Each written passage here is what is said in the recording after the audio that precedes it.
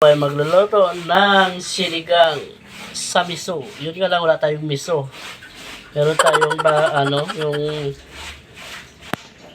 mustasa at saka yung meron tayong fried na tilapia. Meron tayong bawang sibuyas, saka kamatis at maglagay na po tayo ng cooking oil. A few moments later. Yung ating sibuyas. Ayan, haloyin na natin. At ating kamatis.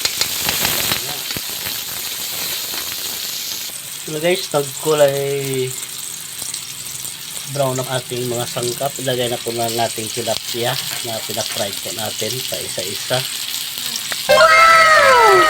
Hatiin ko na ito guys kasi marami. Ayan. Marami po kasi. So na guys, mag-add tayo ng water.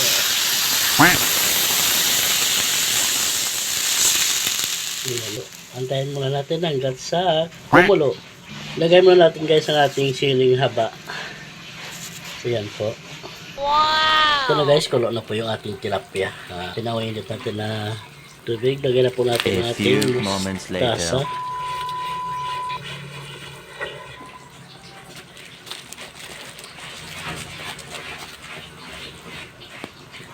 Next, takpan muna natin guys. A few moments later. Lagay muna tayo ng asin or iodized salt.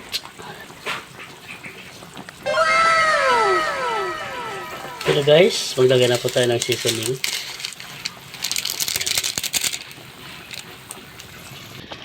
Pero guys, malambot ang tangkay ng ating mustasa. Maglagay na po tayo ng sinigang. Yan, ito ang ating finished product. Kaya maraming salamat po sa inyong panonood. Please like, share, and comments para lagi po kayo updated sa aking bawat na-upload ko na video. Maraming salamat po at magandang umaga.